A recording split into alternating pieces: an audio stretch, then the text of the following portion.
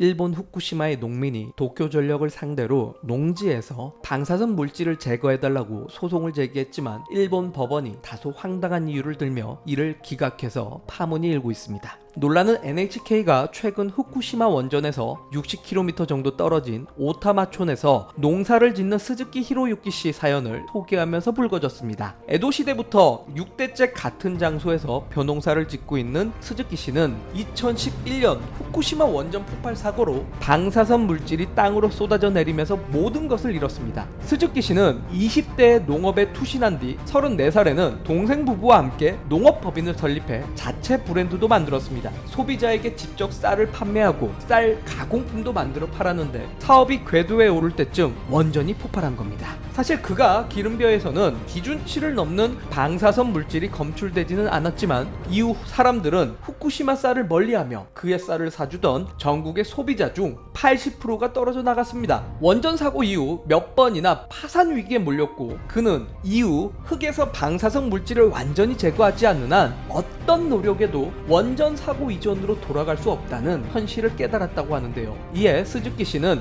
2014년 도쿄전력을 상대로 땅에서 방사성 물질을 완전히 제거해달라고 요청하는 소송을 냈습니다. 보상금은 바라지 않았다고 합니다. 오직 땅이라도 원래대로 돌아온다면 바랄 게 없었기 때문이었는데요. 스즈키 씨는 원래 사는 곳에 쌀은 일본에서도 맛있는 쌀이었다면서 난 좋은 땅을 조상으로부터 받았지만 내 시대에 땅을 더럽히고 말았다. 원래대로 되돌려 후대에 물려주는 것만이 우리 세대의 일이라고 생각하고 있다고 말했습니다. 하지만 그의 바람은 물거품이 되고 말았습니다. 후쿠시마 지방법원이 지난 15일 원고 소송을 기각하는 판결을 내렸기 때문입니다. NHK 방송에 따르면 법원은 원전에서 비상한 방사성 물질은 이미 흙과 동화하고 있기 때문에 도쿄전력의 통제를 벗어났다는 취지로 도쿄전력에 방사성 물질을 제거하도록 청구할 수 없다고 판결했습니다. 일본 정부는 후쿠시마가 방사능 오염에서 벗어났다고 선언하면서 이재민들을 다시 돌려보내려고 하고 있습니다.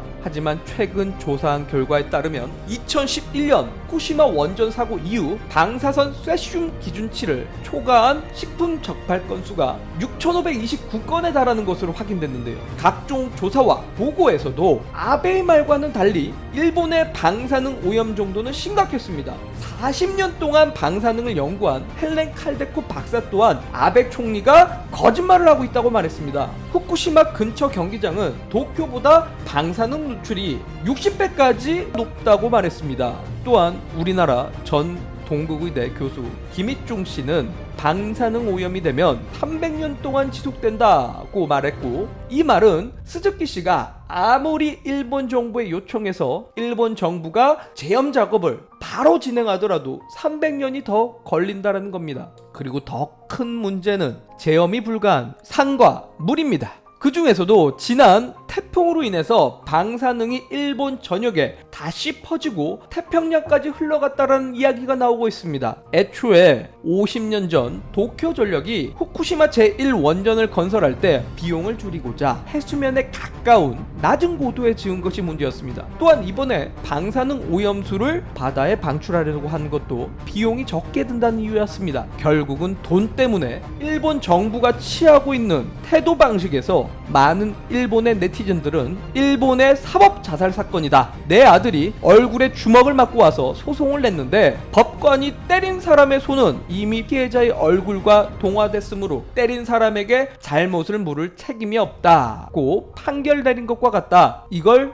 누가 믿어줄까? 술에 취해 토했다. 구토물은 이미 내 입에서 나와서 바닥에 동화됐으므로 내가 총수할 의무가 없다는 것과 같구나. 터무니없는 판결이다 라고 하며 해당 판결을 내린 법관을 찾아 이름을 퍼나르고 있습니다. 이에 대한민국 국민들 또한 일본의 오염수 유출을 경계해야 할 것입니다. 조만간 다른 영상을 통해 또다시 인사드리겠습니다. 궁금한 점에 대한 댓글은 언제든 환영하니까요. 아래에 달아주시길 바랍니다.